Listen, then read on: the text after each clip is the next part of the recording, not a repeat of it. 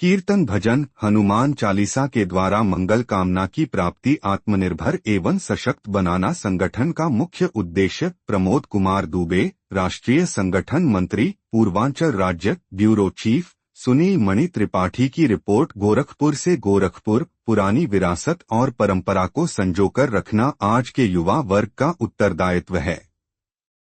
हमारे संस्कार जो विरासत से प्राप्त होते हैं, उसके पदचिन्हों पर चलकर हम एक सशक्त भारत एवं सभ्य समाज का निर्माण कर सकते हैं। कुछ इसी परिकल्पना को लेकर आत्मनिर्भर भारत संगठन के द्वारा विगत कुछ महीनों से प्रत्येक मंगलवार पूज्य हनुमान के पवित्र दिन को गोरखपुर के विभिन्न क्षेत्रों में हनुमान चालीसा के द्वारा लोगों को संगठित करने के उद्देश्य से आत्मनिर्भर भारत मगर एक संगठन के लिए समय देना, ये हमारे लिए मन की इच्छा, मन की चुनौती है।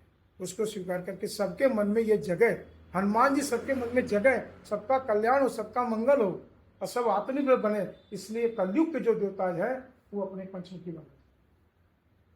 इसी कामना के साथ हम लोग हनुमान चालीसा शुरू करें। हमारे मीडिया के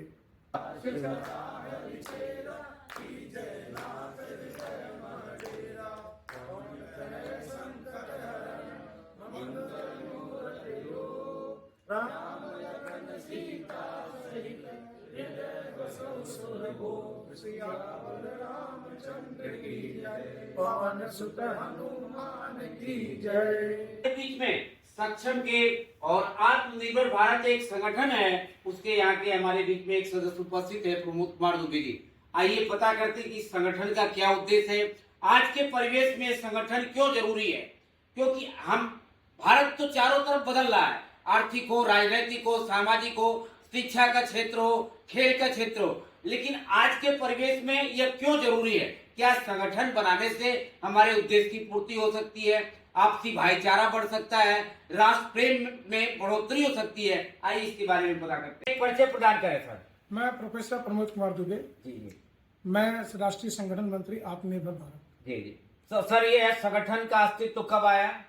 ये आपका 15 नवंबर 2024 को जी। इसका जन्म हुआ। गोरखपुर पूर्वांचल की धरती जो गीता का संदेश देती है, विश्व का रेलवे का प्लेटफार्म भी है और गीता वाटिका भी है। सर इस संगठन का क्या उद्देश्य है और आपने क्यों संगठन बनाने को ही चुना।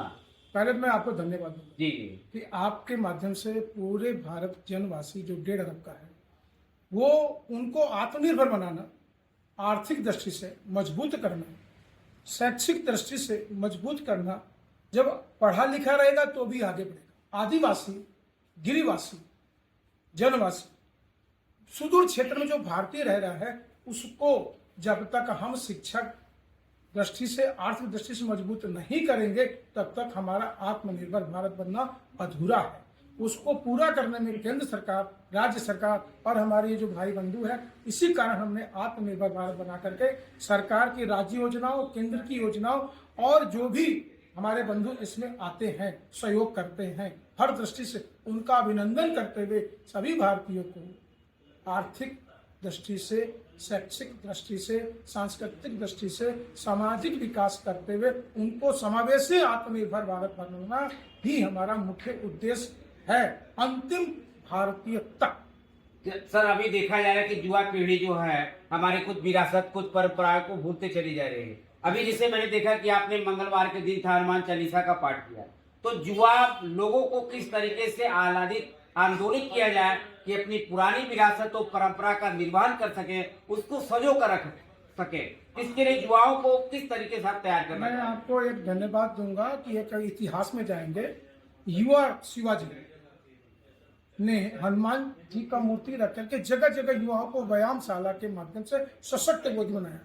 जब सशक्त रहेगा तभी वो कठिन से कठिन पहाड़ियों पर जीवन में जितने भी कष्ट आएगा, शैक्षिक दृष्टि से उसको समाधान करेगा और भारत की हर कठिनाइयों को दूर करने में सक्षम होगा। और जब हनुमान जी सक्षम थे, आत्मनिर्भर थे, तब राम जी ने भी उनका सिलेक्शन करके माता सीता का खोज करके आतताई दुष्ट रावण पर विजय प्राप्त किया।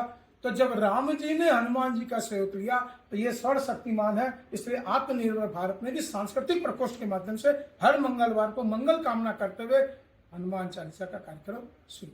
बहुत बहुत धन्यवाद। जैसे आपने कहा कि युवाओं को आंदोलित करने के लिए, क्योंकि आज का समाज, आज का भारत युवा वर्ग के ऊपर ही आधारित है।